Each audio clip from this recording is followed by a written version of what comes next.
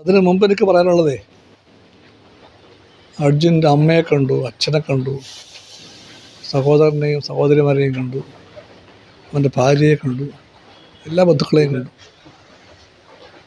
എനിക്കാദ്യം തോന്നിയത്, ഇത്രയും വലിയൊരു മഹാദുരന്തത്തിന് മുമ്പിൽ ആ കുടുംബം കാണിക്കുന്ന ഉയർന്ന സംസ്കാരം, അവരുടെ മനുഷ്യത്വം, നന്മ, അത് പറഞ്ഞേ തീരും. അവിടെ എല്ലാവരുടെയും മനസ്സിലൊരു സങ്കട കടലുണ്ട്, എല്ലാ മനസ്സുകളിലും. ആ കടലൊക്കെ ഉള്ളപ്പോഴും അവരാരും സംയമനം വിടാതെ, നിലതെറ്റാതെ പറഞ്ഞ ഓരോ വാക്കും കേരളത്തിൻ്റെയും ഇന്ത്യയുടെയും മനസ്സിൽ പതിയേണ്ടതാണ്. ഒരമ്മ പറയുകയാണ്, ഒരു സൂക്ഷിച്ചു വയ്ക്കാൻ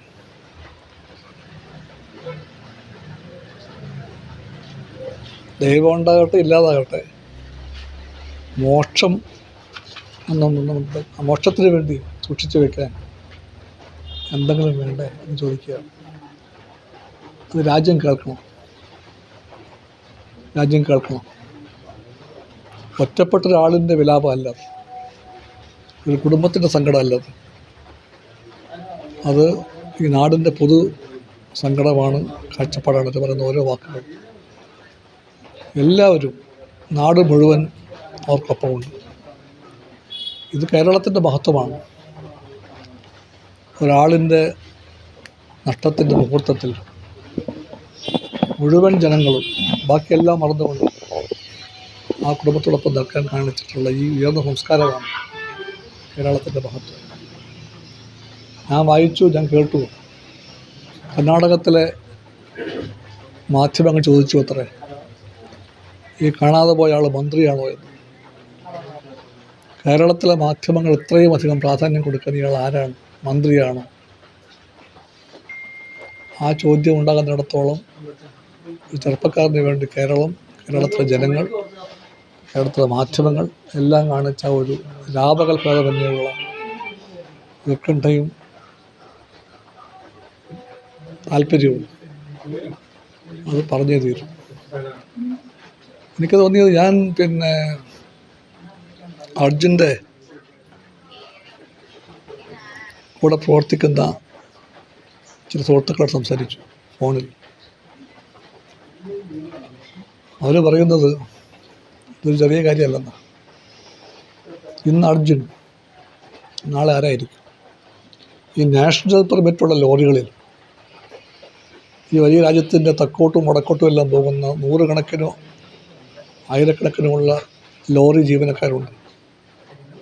അവരെല്ലാം രാജ്യത്തിൻ്റെ സമ്പദ്ഘടനയ്ക്ക് വേണ്ടി ചരക്ക് നീക്കുന്നവരാണ്. ചരക്ക് നീക്കാൻ വേണ്ടി രാവും പകലും മാറ്റിവെച്ചുകൊണ്ട് ആഴ്ചകളോളം കുടുംബത്തെയും ഉറ്റവരെയും എല്ലാം നാട്ടിൽ ആക്കിയിട്ട് ദൂരെ പോകുന്നവരാണ്. അവരുടെ ജീവന സുരക്ഷിതത്വം എന്താ? ഓർക്കാപ്പുറത്തുണ്ടാകുന്ന ഇത്തരം ദുരന്തങ്ങളുണ്ടായാൽ ഒരു മലയാകെ ഇടിഞ്ഞു വീഴുന്നു, വെള്ളം ഇരമ്പിക്കയറി വരുന്നു. പണ്ടൊക്കെ കെട്ടുന്നത് വല്ല പിടിച്ചുപറിക്കാരുടെ കാര്യങ്ങളാണ്. അതൊക്കെ ഇപ്പോഴും ഉണ്ടല്ലോ, പിടിച്ചുപറിക്കാർ, തട്ടിപ്പുകാർ, അവർക്ക് ഇപ്പോഴും ഉണ്ട്. പക്ഷെ ഇന്നത്തെ കാലത്ത്, കാലാവസ്ഥ മാറ്റത്തിൻ്റെ ഈ കാലത്ത്, മുമ്പൊരിക്കലും കാണാനാകാത്ത വിധത്തിലുള്ള ദുരന്തങ്ങളുടെ വേദിയായി നാഷണൽ ഹൈവേ മാറിക്കൊണ്ടിരിക്കുകയാണ്. നാഷണൽ ഹൈവേ അർജുന്മാരുടെ ജീവിതം പൊലിയുന്ന സ്ഥലമായി മാറാൻ പാടില്ല. അവിടെ രാവും പകലും സുരക്ഷിതത്വം വേണം. കാലാവസ്ഥാ മാറ്റത്തിൻ്റെ പശ്ചാത്തലത്തിൽ ഇതുപോലെ മലകളും കുന്നുകളുമെല്ലാം ഇടിഞ്ഞു വീണോ, വെള്ളം ഇരമ്പിക്കയറിയോ, ലോറിയാകെ തന്നെ ഒഴുകി പോകുന്ന അവസ്ഥ ഉണ്ടാകുമെന്നൊക്കെ ബോധ്യമായി. അതെല്ലാം കണ്ടുകൊണ്ട് ഈ തൊഴിലാളികളുടെ ജീവിതത്തിന് ഭദ്രത വേണം. അതിന് ഗവൺമെൻറ്റുകളുടെ ഉത്തരവാദിത്വമുണ്ട്. കേന്ദ്ര ഗവൺമെൻറ് ആ കാര്യം ഗൗരവമായി കാണും. നാഷണൽ ഹൈവേയുടെ സുരക്ഷിതത്വത്തെപ്പറ്റി പറയുമ്പോൾ ഒന്നാം സ്ഥാനം കൊടുക്കുന്നതിന് ഇപ്പോൾ സംഭവിക്കുന്നത് എന്താ? വലിയ വർക്കെടുക്കുന്നു, കോടികളുടെ വർക്കെടുക്കുന്നു, എല്ലാം വലിയവരെടുക്കുന്നു, ആരെയോ സബ് കോൺട്രാക്റ്റ് കൊടുക്കുന്നു. അങ്ങനെ കോൺട്രാക്ടേഴ്സ്, സബ് കോൺട്രാക്ടേഴ്സ്, ഉദ്യോഗസ്ഥന്മാരെല്ലാം തോന്നുംപടി കാട്ടിക്കൂട്ടുന്നു. ഒരു മല ഇടിക്കുമ്പോൾ, റോഡിന് വേണ്ടി വീതുകൊട്ടം നോക്കുമ്പോൾ പാലിക്കേണ്ട ശാസ്ത്രീയ മാനദണ്ഡമുണ്ട്. സ്ലോപ്പിനെ പറ്റിയുള്ള നിർദ്ദേശങ്ങളുണ്ട്. കേരളത്തിലിപ്പം ഗുരുതരമായിക്കൊണ്ടിരിക്കുകയാണ്. പ്രത്യേകിച്ച് നമ്മുടെ ഈ അല്ലല്ല, അതിന് കേരളമെന്നോ പിന്നെ കർണാടക ഒന്നും വ്യത്യാസമില്ല. തീർച്ചയായിട്ടും ഇത് CPI വിഷയമല്ല, ഇത് പാർട്ടി വിഷയമല്ല. ഞങ്ങളിതിനെ കാണുന്നത് ഒരു മനുഷ്യ വിഷയമായിട്ടാണ്. അവിടെ രാഷ്ട്രീയം പറയാൻ വന്നതല്ല. അതുകൊണ്ട് CPI, CPM, കോൺഗ്രസ് എന്ന വ്യത്യാസമൊന്നുമില്ലാതെ എല്ലാ MP-മാരും അവരുടെ പങ്ക് വഹിക്കണം. അതിൽ ഒന്നേണ്ട കാര്യം ഇതാണ്, ദേശീയപാതയിൽ കൂടി നാടിൻ്റെ സമ്പദ്ഘടനയ്ക്ക് വേണ്ടി രാവും പകലും ലോറി ഓടിക്കുന്ന ആയിരക്കണക്കായ ലോറി ജീവനക്കാരുടെ ജീവൻ ഉറപ്പ് വേണം, ഭദ്രതയ്ക്ക് ഉറപ്പ് വേണം.